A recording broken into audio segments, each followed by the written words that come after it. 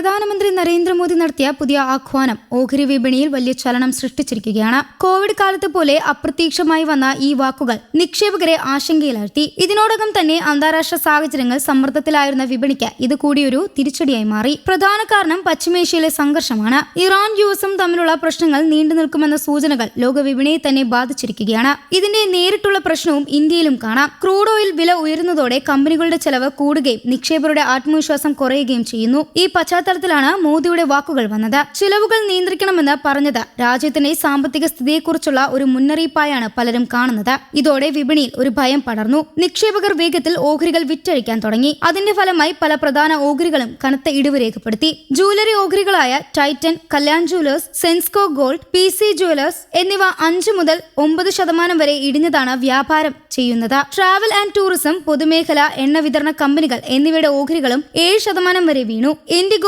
BPCL, Indian hotels, HPCL, Indian oil, lemon tree തുടങ്ങിയവയാണ് ചുവന്നത്. കേരളം ആസ്ഥാനമായ കേന്ദ്ര വളനിർമ്മാണ കമ്പനിയും ഫാക്ടറിയുടെ ഓഹരികൾ 1.88% താഴ്ന്നു. പശ്ചിമേഷ്യൻ സംഘർഷത്തിന്റെ പശ്ചാത്തലത്തിൽ ഇന്ത്യയിലും ഇന്ധനവില കൂടാനുള്ള സാധ്യത ഒരുക്കിയിട്ടുണ്ട്. ഹോർമോസ് പ്രതിസന്ധി അടക്കം ഇറക്കുമതി ശൃംഖലയിൽ തടസ്സം നിലനിൽക്കുന്നു. സ്വർണം, വളം തുടങ്ങിയവയുടെ ഇറക്കുമതി കൂടുന്നതും ഇന്ത്യയുടെ വിദേശ നാണയ ശേഖരം ഇടിയാൻ കാരണമാകുന്നു. രൂപയുടെ മൂല്യവും താഴുന്നു. ഈ പശ്ചാത്തലത്തിലാണ് മോദിയുടെ ആഹ്വാനം. മെയ് 1 അവസാനിച്ച ആഴ്ചയിൽ മാത്രം $779.4 കോടി ഇടിഞ്ഞ് ഇന്ത്യയുടെ വിദേശ നാണയ ശേഖരം 69,069.3 കോടി എത്തി. ഫെബ്രുവരിയിൽ $72,850 കോടി എന്ന റെക്കോർഡിൽ എത്തിയ ശേഖരമാണ് സംഘർഷ പശ്ചാത്തലത്തിൽ ഇടിയുന്നത്. ഇന്ത്യൻ രൂപ ഡോളറിനെതിരെ ഇന്ന് വ്യാപാരത്തിനിടെ ഒരു വേള 40 പൈസയിലേറെ ഇടിഞ്ഞ് ചരിത്രത്തിലെ ഏറ്റവും താഴ്ന്നതായി 95.17 ക്രൂഡ് ഓയിൽ വില വർധനവും സ്വർണവും ക്രൂഡ് ഓയിൽ ഇറക്കുമതി ചെലവും ഓഹരി വിപണിയിൽ നിന്നുള്ള വിദേശ നിക്ഷേപ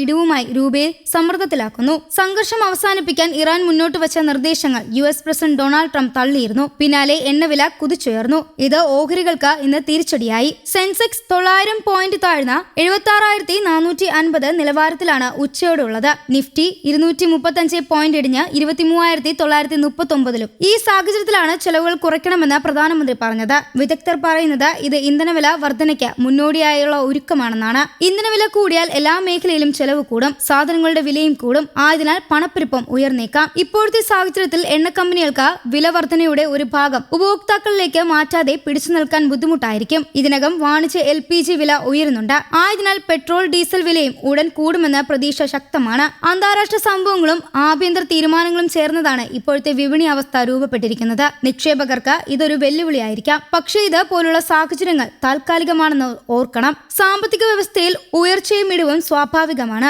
ശ്രദ്ധയോടെ തീരുമാനങ്ങൾ എടുക്കുകയും അനാവശ്യ ഭയം ഒഴിവാക്കുകയും ചെയ്യുന്നതാണ് ഇത്തരം സമയങ്ങളിൽ ഏറ്റവും നല്ല വഴി. News desk, Kerala Kaumudi.